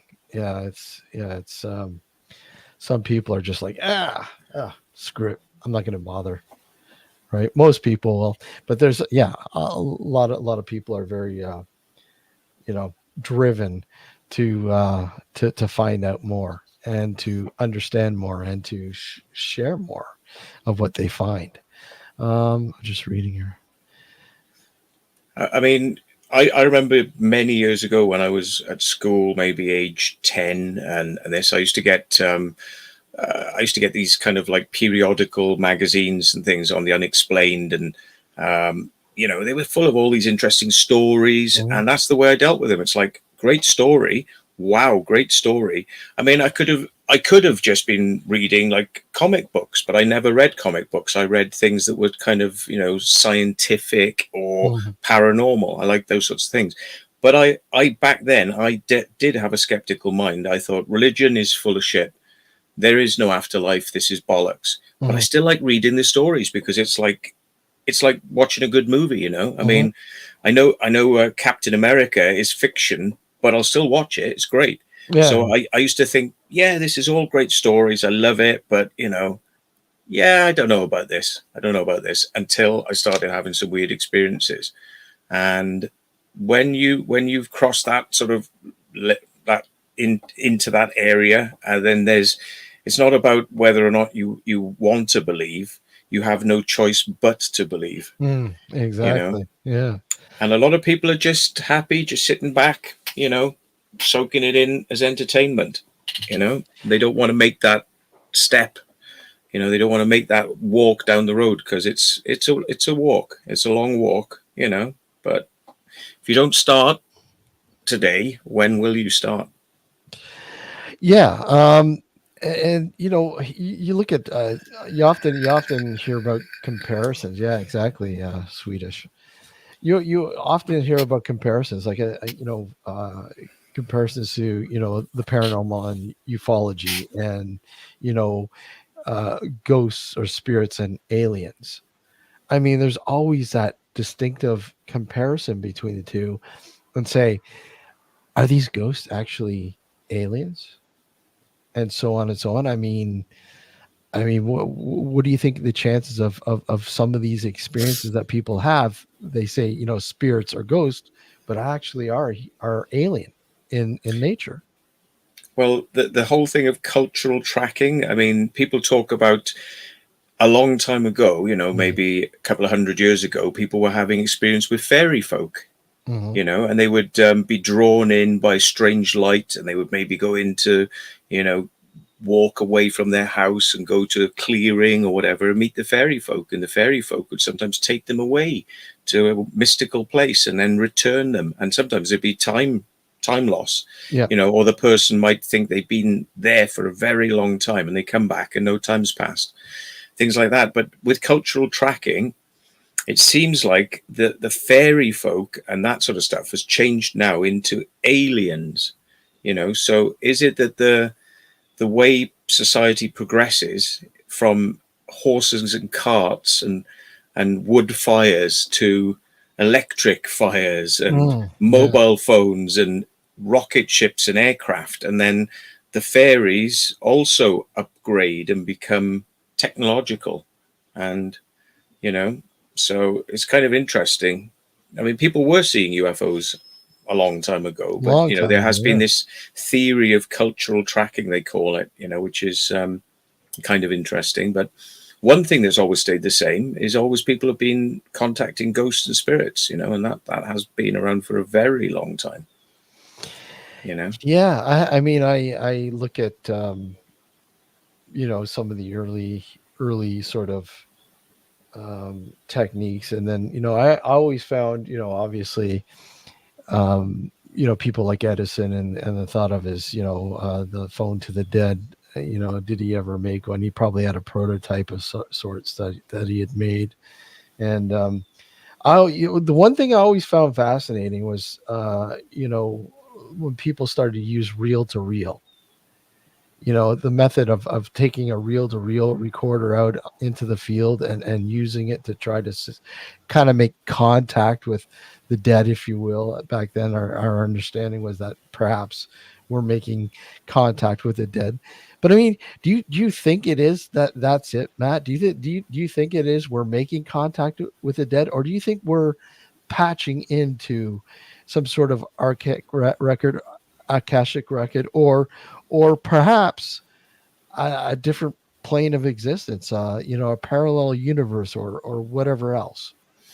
Yeah, I mean, some people believe that when you die, you sort of you shift from the physical into the etheric. You know, Hmm. your energy, which is Yeah. obviously very fine, is in a different realm, different dimension, Hmm. and sort of you can tune into that or accidentally kind of come across it. You know, when you're out and about, and you can end up experiencing the ghosts, but not just the ghost, also where the ghost is. You can almost kind of enter like a virtual reality where you're there in where the ghost is. So yeah, it could be different realities, and I mean, I'm interested by the science of quantum realm at the Yeah. moment, Yeah. because this is the thing that scientists are having the biggest problem with, is that you can take a particle and you can take it apart, and you can take one part of it to the other end of the universe, and if you spin one part of it in sympathy, the part that's back on Earth will also spin, but it does it without time, because the distance you could take it across the universe might be 100,000 light years. Yeah. So by light transmission or radio transmission, it should take 100,000 years for that spin to affect this spin on back on Earth, but it's instantaneous. Which, if you then follow that along, you could say, well, hang on, then there's something in the universe which underpins everything, which everything is connected to, Yeah. but can transmit instantaneously across any distance. Now, doesn't that then give the possibility or rise to to there being a spirit world, there being another realm where things happen that science can't yet explain, but are Hmm. very mysterious in nature? Um, I mean, I think Albert Einstein described quantum physics as spooky action at a distance. I think it was spooky action. So underline the word spooky, Spooky. Yeah. you know? I mean, and again, like, we looked at how people would kind of look at this sort of, I mean, as a pseudoscience, but more science now than ever, obviously, because of the reality of quantum physics. I mean, it's there. I mean, it's literally, it's there. It's not pseudoscience. It's you know again, okay, people don't want to touch it because we don't understand it, so it's not real science. And then all of a sudden it's like, oh well, wait a sec, okay, no, maybe it is real, and we need to explore this more, right? How has that changed over the years? How we address quantum physics. Well, I mean, they've now taken it to the point where we've got quantum computers, Yeah. and so we know how to manipulate things on the quantum level.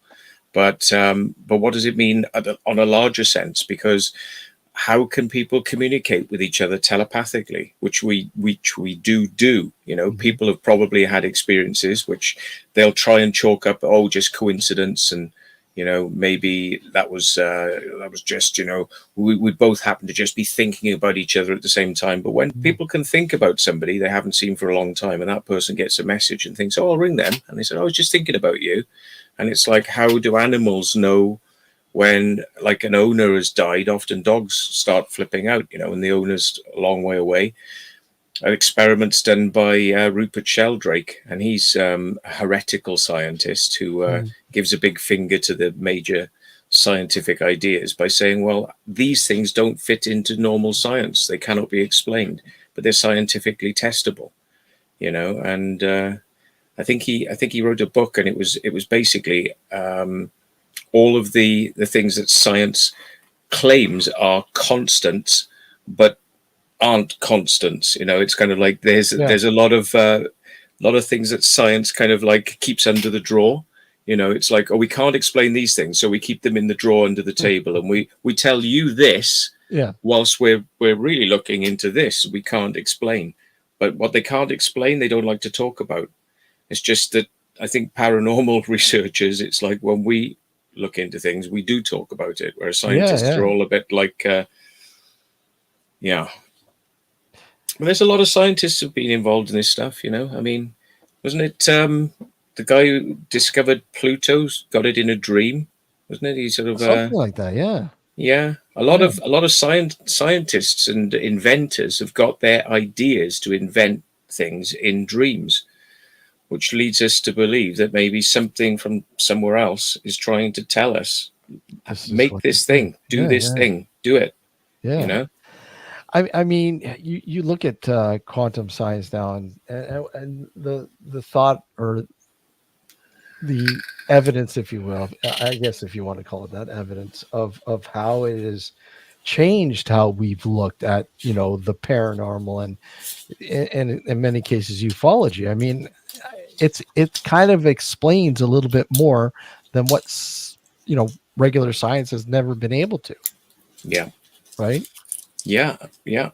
Um, and the religion has been dealing with this for a very long time, but obviously Mm. trying to keep a close check on it because they don't want people delving into deep areas. But I mean, I think religions are all really clued into the idea that there is an afterlife and there's things going on. And, you know, people these days are kind of like, oh, yeah, you don't want to believe in religion. It's all bullshit. It's all about control. It's all about money. And it's like, well, religions have been with us Mhm. since we've been walking on the planet. Yep. Yeah. Mhm. Always been a part of us. So if you want to deny who we are as a species and where we come from and what we've known for a very long time, if you want to deny that, you go right ahead, but yeah. I mean, if it wasn't for religion, I don't think a lot of these questions and answers and views on these subjects probably wouldn't be there because of those. Yeah. Yeah. And I mean, there's a lot that various religions keep secret in secret vaults, but, Secret vault, yeah. yeah, definitely in secret vaults. But it's surprising actually how a lot of researchers do actually, they have been able to go in these places and gain access to these archives and things, and a lot of it is very confirmational. But it's just like, was the world ready to know at the time, in the past when you know religion had more of a foothold, and it was a good way of keeping society in check, Mm, and true. And that's the thing, yeah, keeping it in check. yeah, And now more than ever, I mean, people are so against that, right? I mean, no, why should they control what I think and what I do and you know what I believe and blah blah. I yeah, mean, I guess it's okay. We'll look at I guess organized religion being a totally different monster than just plain old religion. I mean, it's quite fine to understand and maybe follow a religion, but without the organized bit about it. I mean, I mean, do you need a brick and mortar place to practice your religion? No, right? I mean, you don't. I don't You don't need to make you can make offerings, but it doesn't have to be money now, does it, Matt? no, but I think people in the past, when we didn't have televisions, and you could have a book, but I mean, where did you socialize? You socialize in a pub, or you socialize, out in the street, or you can go for a walk, or you can hang around in a church. And Mhm. with a church, there was often a feeling of kind of closeness, that there was a bonding there, and it, it made people feel connected. It was a way that people could kind of feel like there was a purpose to life, and that it wasn't like maybe Neil deGrasse Tyson would say, like, when you die, that's it. It's Yeah. like, well, for a lot of people, it's nice to think, well, when you die, that's not it, because otherwise, you think, well, kind of what's the point? I've just got to enjoy myself as much as I can until I'm gone, because when I'm gone, there's nothing. So might as well enjoy myself now and then lead a hedonistic lifestyle as opposed to a lifestyle which is more in keeping with trying to be part of your local community and make friends that way. So Yeah, I mean, I when they built these towns or when these towns were built, I mean, they were centered around churches, were they not? Many of them. churches were the center, the gathering, the centerpiece of that town, Yeah. right? People would come in from, all sorts of distances just to come to this church and whatever else, like, on a Sunday or whatever, however they had their sermons and blah, blah, blah. People would come, and yeah, it was a place for gathering, a place that, as you put it, you weren't alone. You were amongst people, and people supported each other, and there was that support system. I mean, and when somebody was dying, I mean, people would support that person in their time of need. Usually that's the way things were. I mean, obviously society now is so scattered. You've lost that sort of connection, if you will, but it's kind of gained in areas and pockets. But I mean, for the vast majority of society today, that ingrainment is like totally gone. It's missing, right? Well, people worship television these days. I think Yeah. they spend more time watching TV and on the internet than they've got for looking into who they are and where they are going in life. They're kind of like totally mesmerized with work, and then the playtime is just like television and maybe the occasional holiday every year, and people just don't seem to sort of be asking those types of questions. And if they do, they kind of, everything they get fed, a lot of people, if they don't read, they get it from TV.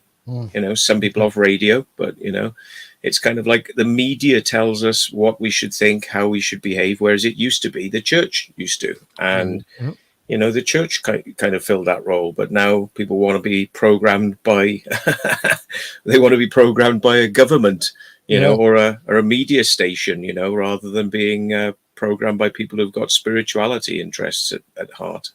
And I mean, let's all face it. I mean, programming is all pretty much controlled by the government anyway. So I mean, it doesn't matter. It's just an outlet.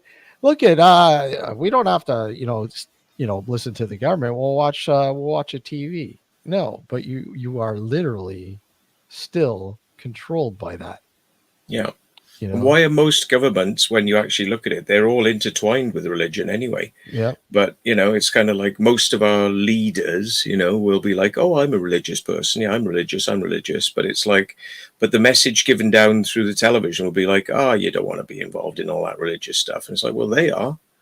Yeah. They all are, Yeah. Yeah. I mean, what would it be like if one of these one of these politicians come out of the woodwork and become the centerpiece of a government, like a president or prime minister or whatever, or an important figure for a country, and his view is extraterrestrial? I mean, what kind of reaction would the world have to something like that? This guy believes aliens are like our creators and whatever else. I mean, what kind of reaction do you think people would, have for something like that? Well, I mean, this is where we're at the moment, isn't it? Yeah. They're trying to decide how much to let us know, because they've got the craft, they've got aliens, possibly some alive and definitely a lot dead. And they're just, do we release this? Do we tell people? Because will it tumble people's ideas of where they see themselves in the universe? Because a lot of people have this kind of religious view that it's their God, and their God is the most important. And then, of course, you've got all the different religions, and they think their God's the most important. And it's kind of like, when you start to see that, well, maybe we're not the center of the universe, and in fact, there's a lot of other civilizations out there, some of whom have been visiting us for a very long time, then where is our place in the universe? And maybe we should be looking at a broader spectrum of the paranormal world, and a broader spectrum of what might be considered a god, rather than trying to pigeonhole a god into a small box for a small religious community. Maybe you need to be looking as a wider kind of god. So all it takes is to have that one politician who's the icebreaker. Then I think they're out there, but it again, there are a few voices in a sea of kind of noise to do with politics, and daily activities swamps out, this stuff, because it's just about keeping the status quo. It's about, it's about selling petrol. It's about selling food. It's about going to work. It's about paying taxes, and a lot of people think if you let the cat out of the bag with this alien stuff, then it's going to be like free energy. So Imagine a lot that of, free energy. yeah, and a lot of governments do not really want to switch over to a system whereby we don't need to be giving them all our money and taxes, because basically if you've got free energy, you should be able to produce nearly everything for next to nothing. But yeah, didn't they say that about nuclear energy when it first came out? They said this will be free. Yeah, exactly. And it never was. Never was. No. I mean, yeah. What was life like before taxes, Matt? Yeah. Oh, this is only temporary. Once the war is over, we'll get rid of the taxes. Don't worry. Yeah. Yeah. Absolutely. Look at this now. 100 years later, we still have our taxes. Taxes on everything. Taxed 3 or 4 times. You make money, you get taxed on the money. You get taxed for what you pay for. Oh my God, yeah. Yeah. But imagine that free energy. Oh my God, how life would be so different if we were to have free energy. There could be a lot of other benefits that would come with contact with extraterrestrials directly. We might have health benefits. And we're getting to a point now where if we get AI and it's general, full artificial intelligence, not just large language models. I mean, we're going to be making discoveries that are going to put us in touch with distant parts of the universe, and probably using the quantum stuff as a way to communicate across vast areas of the universe with extraterrestrial species, which then, kind of throws completely in the fire your Neil deGrasse Tyson's, your Brian Cox's, who say, like, we can't travel to the stars because it would take so long to get there. And it's like, unless you've got a UFO that can get you there in a second. Yeah. So, yeah. I mean, these scientists, they're very good at what they do, but they also seem to me like they're also quite close-minded, because they just don't see the potential for what tomorrow's science could do to erase these limitations, which science today has said, these are the limitations. We're in a box. We can't get out of the box. So what happens when you understand, well, there is no box and we can get out of the box, and then where are we going to be then? Again, I see like religion, science is kind of like a religion in its own right, but it's a religion which controls you to believe in nothing. Whereas at least other religions, they do tell you, well, the spirit world does exist. They keep that open. Where science goes, no, we've got a monopoly on the truth, and there is nothing else. Yeah, I don't like that. No, God, no. Oh God, I'm saying God, no. Yeah. I like to keep my options open, my future to look bright. That to me is just like throwing water on the fire. It's just putting the fire out. And yeah, I'm with you. I agree with you on that, Matt. I mean, it's only right to keep your options open, because I mean, we really don't know what's out there. I mean, there's literally thousands of different options out there, and it's just a matter of being able to not gaining the knowledge to grasp these options. But I mean, so you're essentially saying that AI will open the door to explaining some of the lifelong secrets of the paranormal and ufology. Is that what you're saying? You think so? And the universe, yeah. And the universe, yeah. Yeah, I mean, but again, scientists will probably try and get a control over that to kind of limit out what they're allowing us to know from AI, because they won't like what they're hearing. but they won't be able to deny it because it'll be like, well, you can test it, you can build a device that does it. So, we live in very interesting times.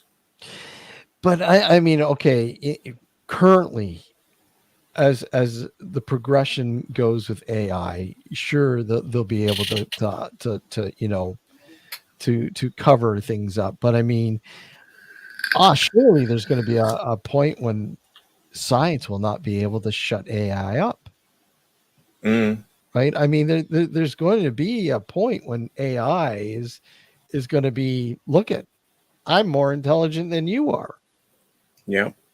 you Well, I know? think I think once it's kind of up to speed, and it already will be more intelligent than any one of us. It will be as intelligent as all of us. Yeah, yeah.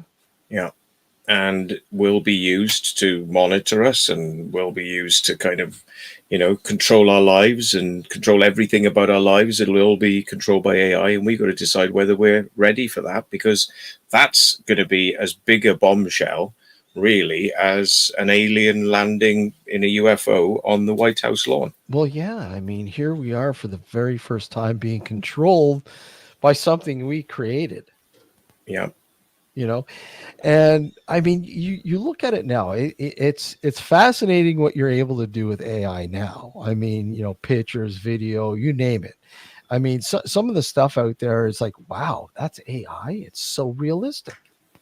And this all in just a few years, and how different, like I remember watching some of those old generated videos and you're like, oh my god, 15 fingers and blah blah blah. Now when you watch it, sure, you can pick out some glitches in that, but I mean, for the most part, you're looking at this and go, wow, that's AI. Yeah. It's fascinating how quickly it has learned and grown. Yeah. And these are all not necessarily full AGI. These are all just learning models that we've got at the moment. So when you go full AGI, it won't be making the mistakes that the AGIs, the Chat GPTs, and all that sort of stuff. They make mistakes. Yeah, Okay, an AGI will not make those mistakes. It will be very, very competent. You yeah, know, and it will actually understand the meaning of interconnected things, which is a lot at the moment, like video systems and audio systems and text systems are all kind of separated, and all of that will come together so that the AI will understand. If you put your hand behind your back, it'll probably know how many fingers you're holding up, yeah, because it'll crazy. be it'll be reading your body language. Yeah, yeah, yeah, It'll that's it'll insane. know us better than we know ourselves. I know what you're thinking and what you're about to do. Yeah, Mm, that's insane. yeah, That's yeah, insane. But so, I mean, it's understandable why people are afraid. I mean, and again, like every technology out there, this obviously is going to surpass any of the other, obviously, because it's ever learning. Um, it has its good uses, and then obviously it has its nefarious uses, and of course people are going to climb on the nefarious uses of AI, and quickly. I mean, I wouldn't be surprised already. Like, people are already jumping on that nefarious. Oh, look at what I can do with this. I can trick people, manipulate people already with, and you can. I mean, you look at photos, you look at video. Oh my god, look, I got this video of so and so. And how do you, protect yourself against something like that when somebody is like looking to sort of blackball you, and they, hey, look at this, and you know you know yeah. pr, pr, you know Compromising video well, of you in bed with a goat. yeah, Yeah, or whatever, yeah, or yeah, whatever. I mean, it's a realistic thought. I mean, shit like that can happen. yeah. Muslims are going to have to really watch out. Yeah, There's I going to be mean, there's going to be loads of goat videos. yeah, Yeah, I mean, it's absolutely insane. What, I mean, just when you thought, somebody can't think of something, it's going to happen. It's going to happen. It's more or less going to happen, where somebody is going to design or create something that you're like, oh my god, that's insane. That's Yeah. insane, right? Yeah. I mean, have you seen a movie called Chappie? I think you mentioned it. No, I don't think I've seen it. I know I'm familiar with the movie. I don't think I've actually sat down and ever watched it. Yeah, you talked about AI, what would Yeah, happen if it went wrong, sort of thing, and yeah, it's a really good tale about AI and what happens if you abuse it, and it kind of goes through a really sort of like dark bit in the middle of yeah, the movie, but actually you start to see this like wonderful sort of like story developing by the end of the movie, yeah. and it's really good.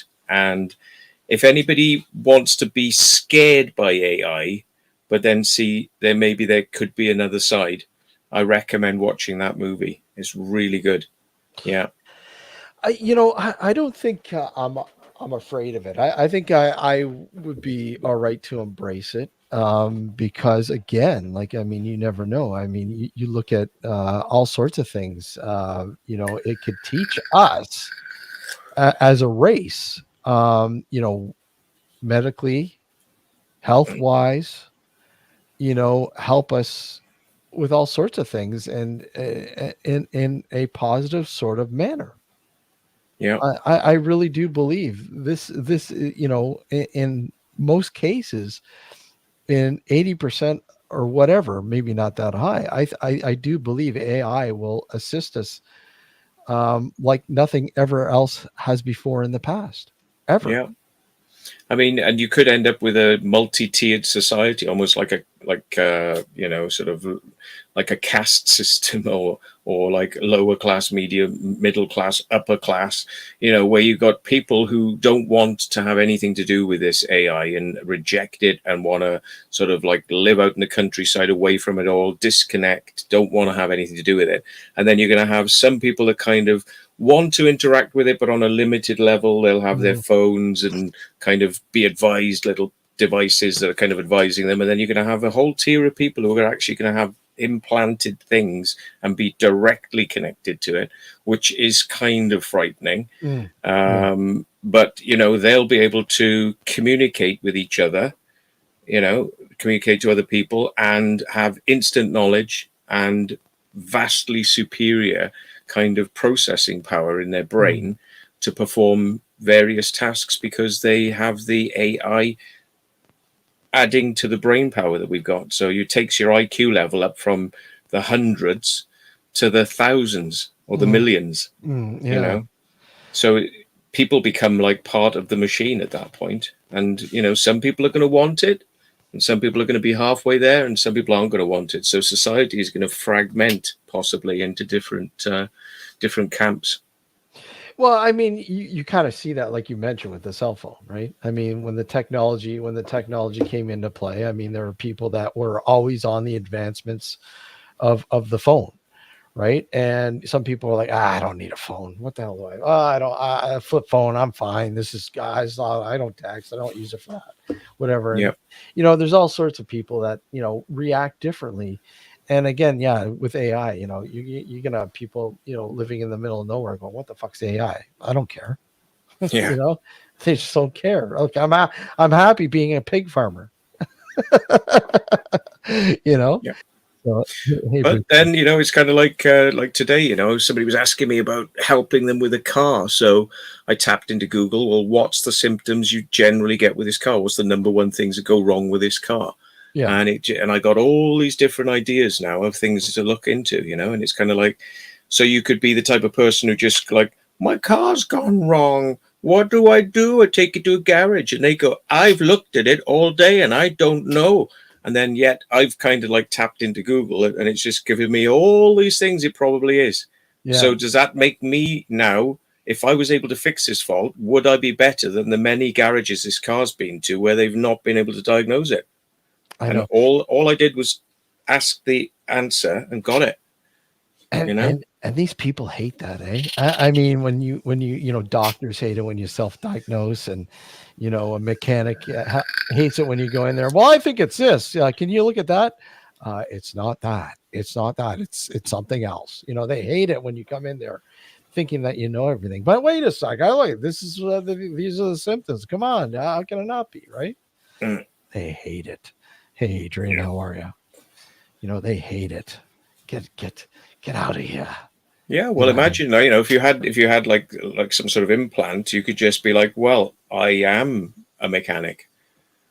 Today, I'm a mechanic, and I know everything about all cars, from when cars were first invented to electric cars, and I can work on anything because, bang. So you wouldn't need to take your car to a garage. All you need to do is hire a ramp. Exactly. Yeah. Yeah. You could do it. You'd have all that knowledge at your fingertips. This is where we're going. It's kind of like it's going to take people that probably without it would have been, maybe just cleaning the toilets, and they'll be actually doctors and nurses because this thing is filling in the blanks. It's just think my brain has a capacity of a 2 terabyte RAM. Yeah. Wow, that's insane.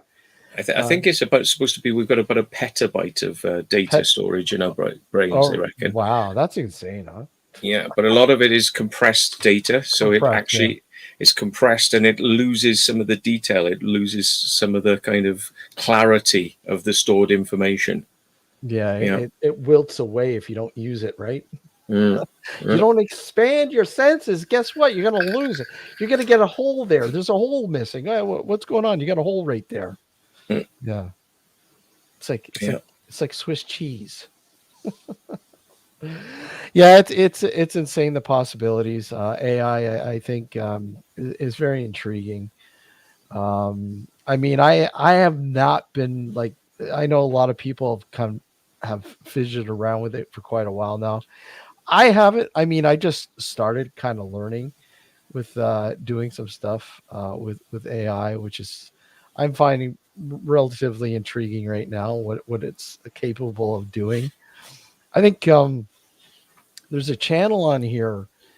I can't remember.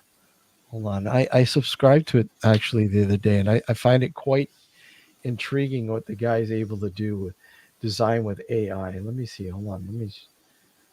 It's relatively intriguing, very very haunting, because I find a lot of stuff that you find on AI is very very eerie, very eerie. Because I guess with a lot of things that like you never thought you'd ever see, it's like, wait a sec, oh my god, that's just crazy.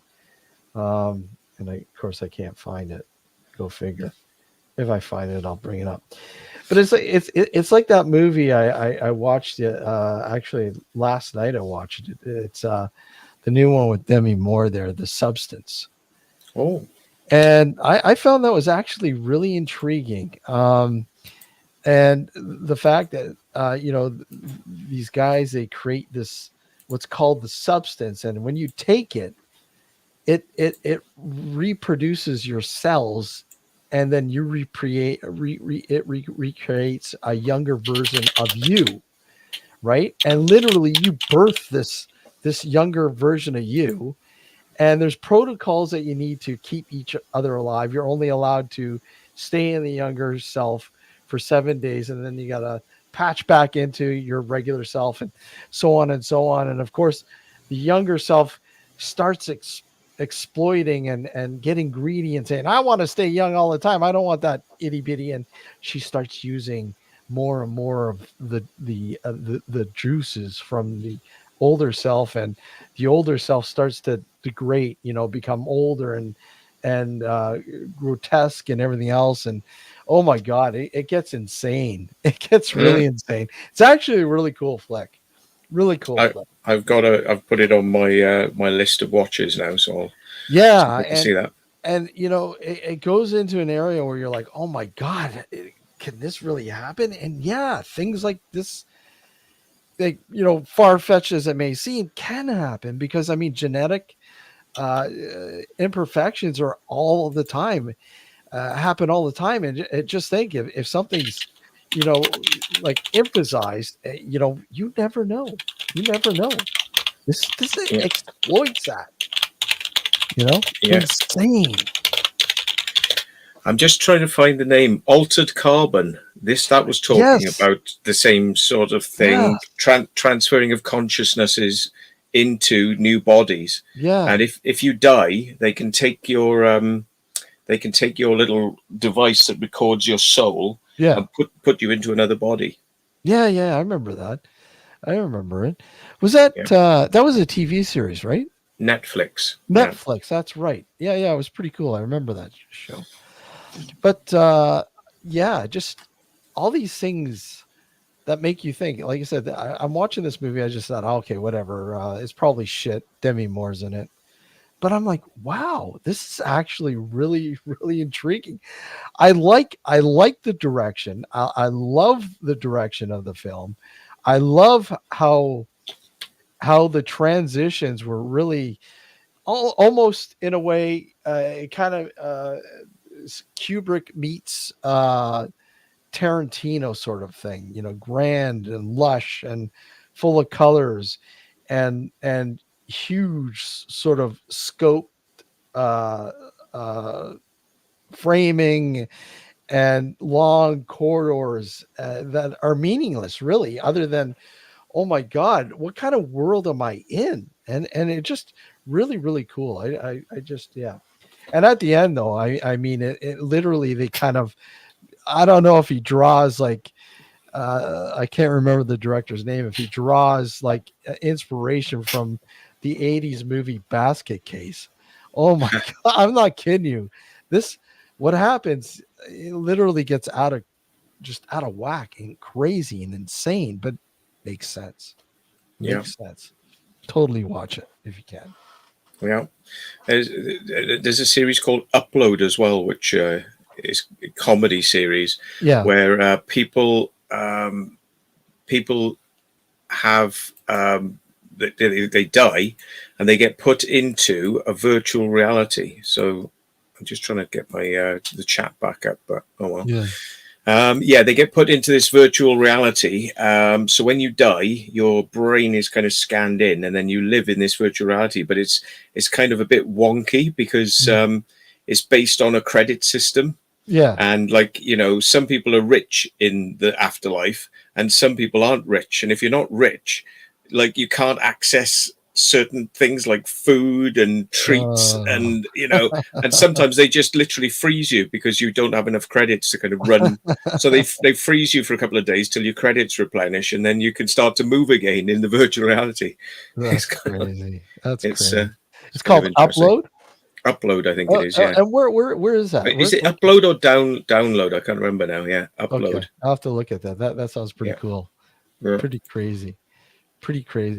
And you know what? Speaking of crazy, this is out of nowhere. But your good friend Steve Wills, he sends me this post about Heinz releasing Monster Munch mayonnaise in the UK. I'm like, what the hell? I gotta have that pickled onion Monster Munch mayonnaise. Who the hell? What the hell, man? That's completely insane. I want it.